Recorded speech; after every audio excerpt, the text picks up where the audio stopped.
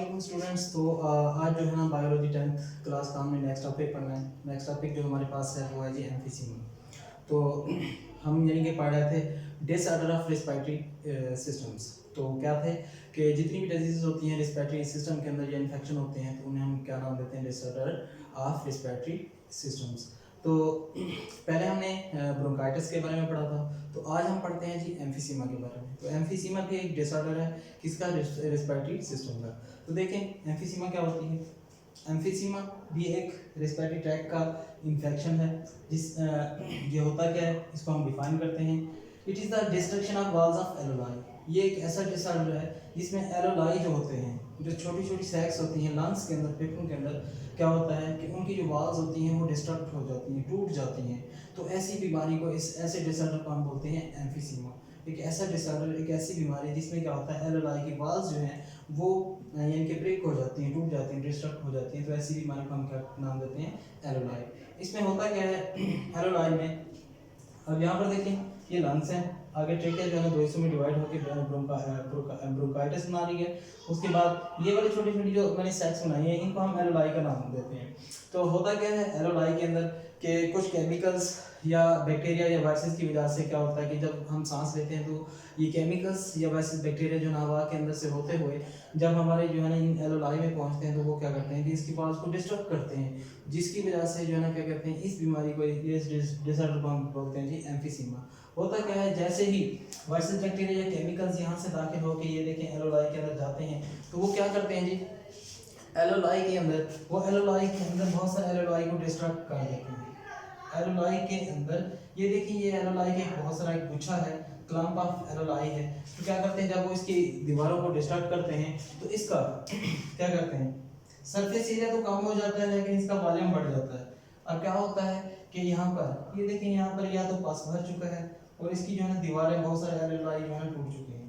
अब क्या होता है, जैसे हम गैसों का जो है ना क्या कहते हैं हवा को अंदर ले जाते हैं तो क्या होता है कि वहाँ पर हवा अंदर तो जा दाखिल हो जाती है, लेकिन जैसे ही यहाँ पर इंटर होती है हवा तो वो हवा जो है ना दोबारा बाहर नहीं जा पाती, यानी गैसों का तबादला जो है बहुत मुश्किल हो जाता है। किसकी वजह से, एम्फीसीमा की वजह से। आप चूँकि क्या होता है कि यहाँ पर ना तो गैसों का तबादला हुआ, ना तो जो है ना कार्बन डाइऑक्साइड बाहर आती है, और ना ही कार्बन डाइऑक्साइड बाहर नहीं आती, और ना ही ऑक्सीजन का तबादला होता है इसके साथ। तो क्या होता है, ऑक्सीजन ब्लड के अंदर नहीं जाती और कार्बन डाइऑक्साइड जो है ना बाहर नहीं आती। बॉडी का टेम्परेचर भी कार्बन डाइऑक्साइड की वजह से बढ़ता है, और दूसरा ऑक्सीजन की कमी की वजह से क्या होता है कि खुराक जो है वो सही तरीके हजम नहीं होती, जिसकी वजह से क्या होता है कि इंसान का जो वेट है वो दिन ब दिन जो है ना वो कम होता जाता है।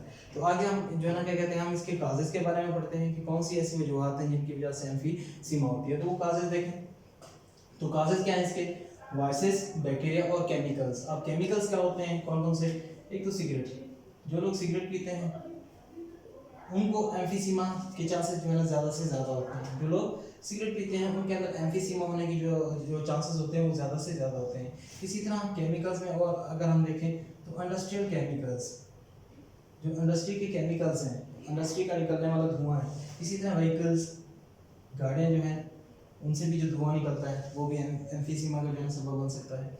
उसके बाद देखें बैक्टीरिया और वायरसेस, ये दो ऐसे जानवर हैं जो क्या करते हैं कि ज़्यादातर रिस्पिरेटरी डिसऑर्डर जो हैं वो इन्हीं दो जानवरों की वजह से होते हैं। यानी क्या कहते हैं, ये केमिकल्स और इन दो इंपॉर्टेंट जानवरों की वजह से जो है ना रिस्पिरेटरी डिसऑर्डर्स होते हैं। उसके बाद हम जो है ना अलामतें देखते हैं, सिम्टम देखते हैं कि क्या अगर एम्फीसीमा हो जाए तो कैसे पता चलेगा कि जो है ना उस बंदे को जो है ना एम्फीसीमा है। तो यानी उनकी पहचान हम कैसे कर सकते हैं। तो सबसे पहले देखें कि एम्फीसीमा के अंदर लॉस ऑफ एपिटाइट, जो भूख है वो खत्म हो जाती है, वेट लॉस हो जाता है, वजन कम हो जाता है, भूख खत्म हो जाती है। भूख क्यों खत्म हो जाती है, क्योंकि खुराक सही तरीके हजम नहीं होती, ऑक्सीजन की कमी की वजह से खुराक सही तरीके ब्रेक डाउन नहीं हो पाती। ठीक है, तो उसके बाद देखें जब एम्फीसीमा की बीमारी होती है तो तकरीबन 50 से 70% जो है ना लंग्स के जो टिश्यूज़ हैं वो डैमेज हो चुके होते हैं। उसके बाद फैटिग यानी कि थकावट होती है, शॉर्टनेस ऑफ ब्रेथ यानी सांस में तंगी होती है। उसके बाद again and again respiratory infections होते हैं। उसके बाद मॉर्निंग टाइम जो है हेडेक होता है, मॉर्निंग टाइम हेडेक होता है। मॉर्निंग टाइम हेडेक होता है और उसके बाद क्या कहते हैं हल्के हल्के से चक्कर आते हैं और इस तरह क्या होता है कि वेट दिन ब दिन जो है लॉस होता जाता है। तो इस तरह की ये जो क्या कहते हैं इस तरह के अगर ये अलामतें हों तो इट्स मीन कि कौन सी बीमारी होती है एम्फीसीमा, जिसमें क्या होता है डिस्ट्रक्शन ऑफ एलोलाई की जो वाल है वो डिस्ट्रक्ट हो जाती हैं। तो क्या कहते हैं अब हम नेक्स्ट जो टॉपिक है वो है हमारा जी क्या कहते हैं नमूनिया के बारे में। तो आगे हम नमूनिया के बारे में पढ़ते हैं।